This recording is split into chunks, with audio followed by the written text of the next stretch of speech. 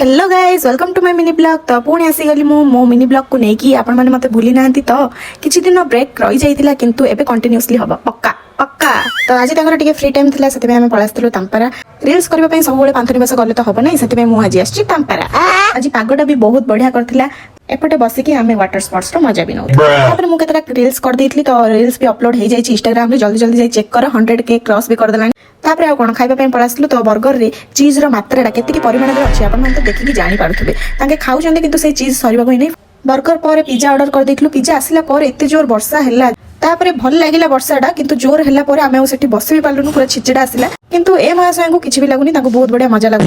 तापर टिके समय पर करंट भी चली जाइतला बाकी सब रो लाइटटा पडथला देखि पारथबे को रेट रे घड़घड़ी बिजुली मारुछि। तापर मु आंको ऑर्डर करबा पई मन कली हेले भी कहले फ्रेंच फ्राइज मगदेबा देन खाई कि तापर बाहर पडलु काहे कि एमिति लेट हे गलानी वर्षा भी कमी जाइछि लाइट आसले पछि हम चल चल पळासलु देखि पारथबे बिजुली केते जोर से मारुछि। आसले बेले गोटे एक्सीडेंट हो जाइतला सेते में गाड़ी पूरा जाम थिला देखि पारथबे को प्रकार भीड़। तो आज पे ब्लॉग टी एतिकी देखाबा नेक्स्ट ब्लॉग रे भल लागितले like share subscribe and comment करबा को जमे भूलबेनी। रहली जय जगन्नाथ।